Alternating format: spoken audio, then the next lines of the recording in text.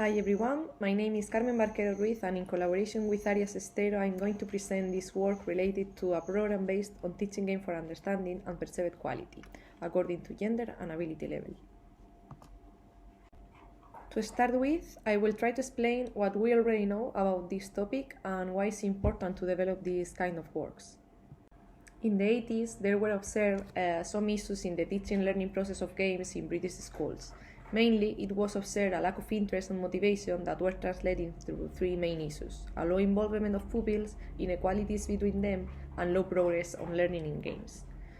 These issues could be explained because of the traditional teaching features that, between others, is an excessive emphasis on the technique at the expense of tactics, and a teacher-centered approach where the teacher indicates pupils exactly what to do.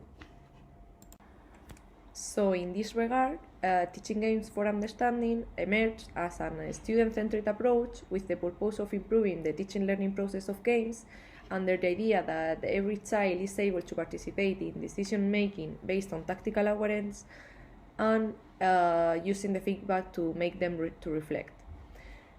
It is based in 6 main steps that were cyclical and sequential, that are these 6 steps, and the total model these steps were based on 4 main pedagogical principles. Samplings refer to the difference and similarities between games, considering their internal logic. The tactical complexity refers or implies the adaptation of the design to the level of the learner. The representation modification is close to the similar form from adults but adaptive. And the exaggeration modification is focus or highlight the tactical problem that you want to teach to the learner. So TGfU emerged with the purpose to deal with the issues we have already mentioned that were so their purpose were to promote equal access, connect theory with practice, and increasing involvement. Since it emerged, it has played a central role in the literature in physical education and youth sport due to the reported improvements in comparison with traditional teaching. So, while it is largely shown the advantages of TGfU in terms of learning, performance, success, enjoyment, and perceived competence, there are a little information about the relationship between TGfU and equality, according to Butler. So, in this sense, there are unexplored paths that could lead to know if TGfU programs could minimize the difference between genders and ability levels in terms of perceived quality. Considering that in sport contest young players voluntarily decided to enroll in the sport program, it is relevant to know if the perceived quality of the sport program is good or not, as this perception is related with the loyalty of the participant in this sport program. So it could avoid the inequalities that drives girls to drop out earlier than boys, for example. As consequence of what we have said on literature, we established the following purpose: to explore if perceived quality was different in terms of gender and ability level after implementing a TGfU program. And to achieve this purpose, it was used the following methodology. Regarding to context and participant, there were in total 25 players. These 25 players voluntarily enrolled in the TGfU program that we were going to implement. The program was randomly advertised in schools and sports settings. The mean age was around 10 years old. Regarding to the gender, we determine it by asking them to auto-define themselves. So, from the 25 players, 11 players auto-define them as girls and 14 players auto-define them as boys. Regarding to the ability level, they were classified using the instrument GPI, Game Performance Assessment Instrument, to determine if they are low ability or high ability. So, at the end of the procedure with this instrument, 12 players were classified as low ability level and 13 were classified as high ability level. talking about the program, in total there were 8 TGfU sessions that last each session 90 minutes and were developed in 5 consecutive days. The place where the program was developed was a local football pitch. To be able to develop this program, the technical staff were 3 coaches, 1 girl and 2 boys, with mean age around 25 years old. And they were trained and mentored in TGfU mentoring sessions. In total, there were 15 TGfU mentoring sessions and last 1 month before the sport program. These sessions or this mentoring process follows the recommendation of the literature and were divided into main phases that were 1 theoretical phase and 1 practical phases in which they have to try to design TGfU sessions and mentor and implementing these sessions.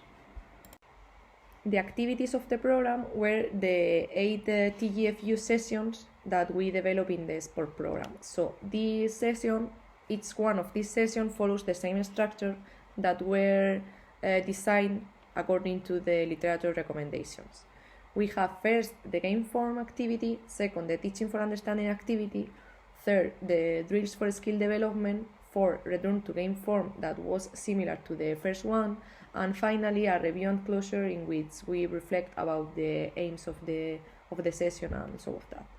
So the 8 sessions were divided into pair of 2 because each session is focused on a tactical aim. For example, here you can see that the first one was with the aim to understand control and pass.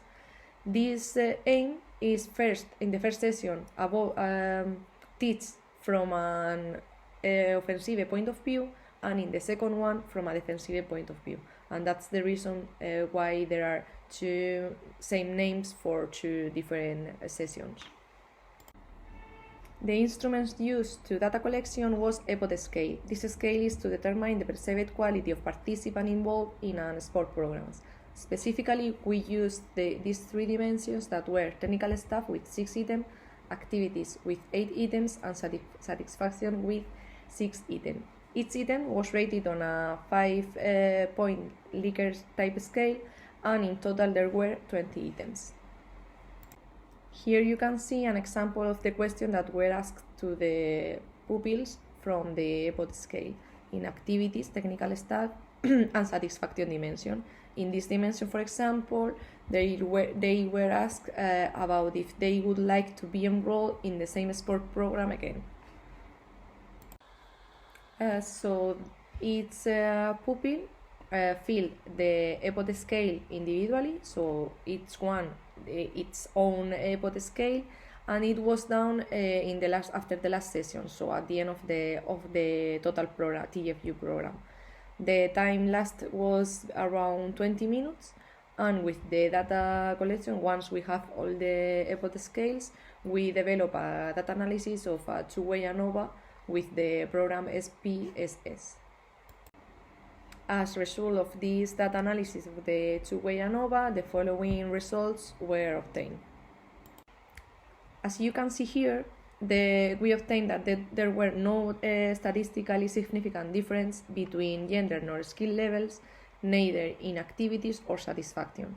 Although in technical staff, the skill levels present a significant difference because the low skill ability levels gave really high score to this dimension. So in the light of these results, we could reach the following conclusions. So first, we can say that thanks to the advantages that we have present for TGfU in the literature, we could explain the fact that all the participants obtain equally favorable results in our program, in our sport program, in our work. So thanks to that, we can say also that this approach, the TGfU, could help to minimize the difference between genders and ability level in terms at least of the perceived quality.